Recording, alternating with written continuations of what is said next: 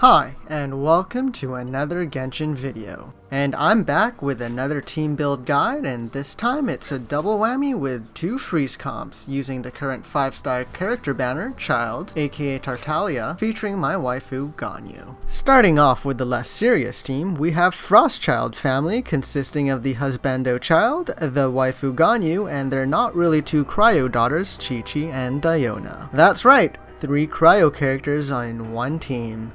And it's viable in my opinion. I came across this team when I started pairing off Childe with Qiqi to test out if it would be a good pairing to freeze things consistently, and my results were very positive. Enough so that at times I have a hard time separating the two when I want to use Childe. From there, I needed another DPS character during Childe's cooldown time since I don't have him at C6. Ganyu seemed like a good fit to get for that cryo resonance, and Diona just sorta happened at the end, so this team ended up happening. Now off the bat, this team does not look good for Spiral Abyss, but I do actually use this team quite a bit, at least as of late, since it works pretty great in the Pyro Artifact domain. But I never actually tried using it in Spiral Abyss, since 3 characters of the same element is usually a recipe for disaster. But here we go. I'll be doing floor 12 only, as there is no way I'm dealing with Cryo Abyss mages with this team. Not a chance. So how does this team work? Well, my Tartaglia is at C0, so he and Ganyu switch between each other for DPS roles. But Ganyu also helps support Childe when her burst is activated. Qiqi is mostly there for her elemental skill for freezing things while in Childe's melee stance. Diona helps out with her shield, which can help avoid getting knocked back. I also have her with a full noblesse set, so she boosts the team attack every time she throws her cryo cocktails onto the field. A thing of note is that you can play this team in long range as well. In this case, Childe ends up being more of a damage support for Ganyu, and can prove incredibly useful when dealing with annoying enemies like the Geovishops in floor 12, chamber 1. Its obvious weakness is facing cryo enemies, especially cryo slimes and cryo Sisson mages, so when using this team, be especially wary of the enemies you're facing, or you might end up regretting it. But you make it up by having the ability to essentially permafreeze every other enemy, especially if Childe is at C6, while still doing good damage. Hate to say it, but it's a pretty chill team to play.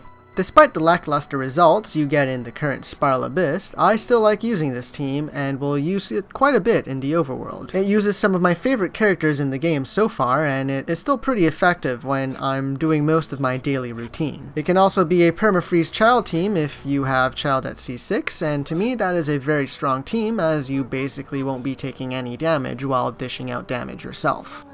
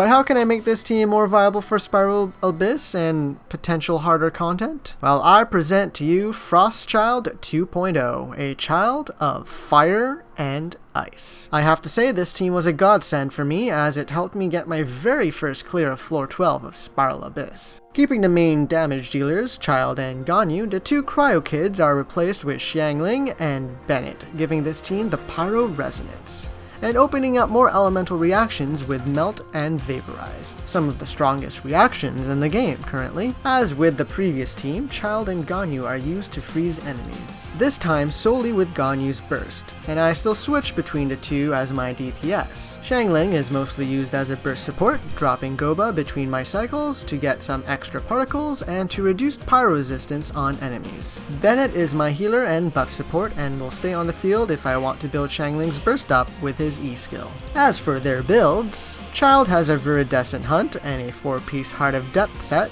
The bow's skill, Verdant Wind, is invaluable on Childe in my opinion, as the cyclone it produces works extremely well when in Childe's melee stance, and lets him hit multiple targets with ease, and also sets up using his burst. The artifact set is an all-around best set for Childe for a plug-and playstyle in different teams, but a 2-piece set is fine if you're struggling with RNG. But the 4-piece bonus gives an amazing boost to Childe's DPS for a good 15-second duration, and would highly recommend going for the 4-piece if you can. My Ganyu has the Shotbow Blackcliff Warbow and a 4-piece Blizzard Strayer set. This artifact set lets me focus less on critical chance and allows me to stack more on critical damage, as the 4-piece bonus gives me 20% or 40% bonus crit chance depending on if an enemy has the cryo debuff or is frozen. The Blackcliff Warbow gives a further boost to crit damage, and the up to 3 stacks of attack boosts it gives is a nice bonus as well. As of right now, my 5-star bow Skyward Harp is still a work in progress, currently at level 50, and would otherwise use that on either Childe or Ganyu instead.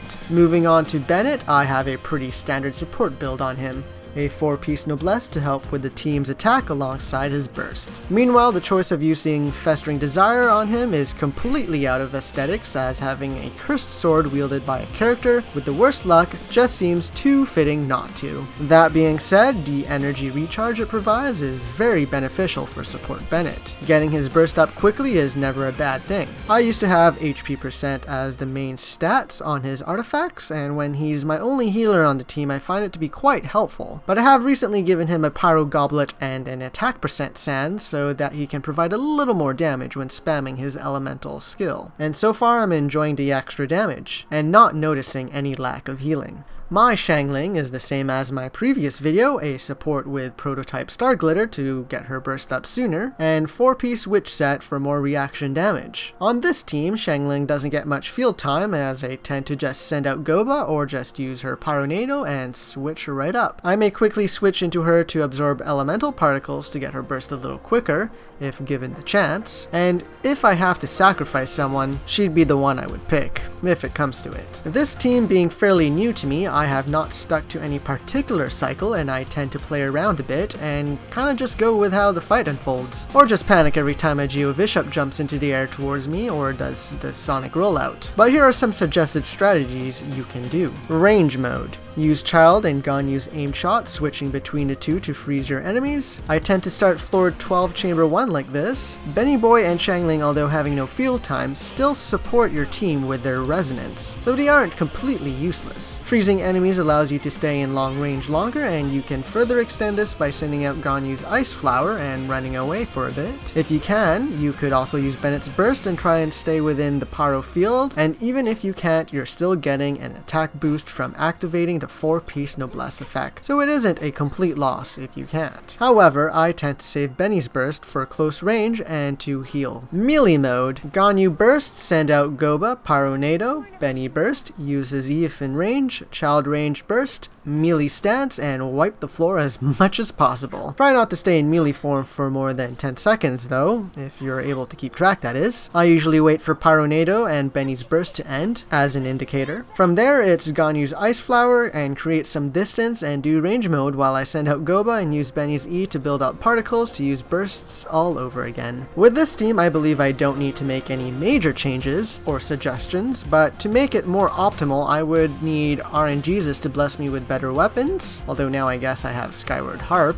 and God rolls on artifacts. The obvious ones would be Skyward Harp for Childe and Amos Bow for Ganyu if I were to pick an ideal situation. Getting a crit circlet on Bennett's artifacts is another option if you prefer more DPS on Bennett than healing potential and tankiness, but having 2 DPS characters on the team already made me feel that it was unnecessary to put that investment on Bennett for now. That being said, you could replace Ganyu with a support Fischl if you want or don't have Ganyu, and although you lose out on freezing and melting, Childe is really good with Electro Charge, and Fischl is one of his best support pairs. For Spiral Abyss, you will have very little trouble. Floor 9 and 10 have a lot of cryo enemies that will require more work from your 2 pyro supports, and Ganyu takes more of a back seat here, especially on the cryo slimes, but she can still use her E to distract enemies, so all is not lost on it for her. I've used this team in both halves of floor 11 to about even success rate, but it doesn't quite compare to having a Venti Burst available. For floor 12, I've only used this team in the first half, as I really need pyro characters to deal with this cryo Sisson mages in chamber 2. And my only other pyro character that I have built, Hu Tao, tends to die a little too easily in chamber 1 with how she works, and of how not great of a player I am. But it should still work really well in the second half, as Ganyu is able to freeze the Hydro Geovishap, and I have seen Whales solo the second half of floor 12 with Ganyu alone, so I have some backing to my confidence. In conclusion,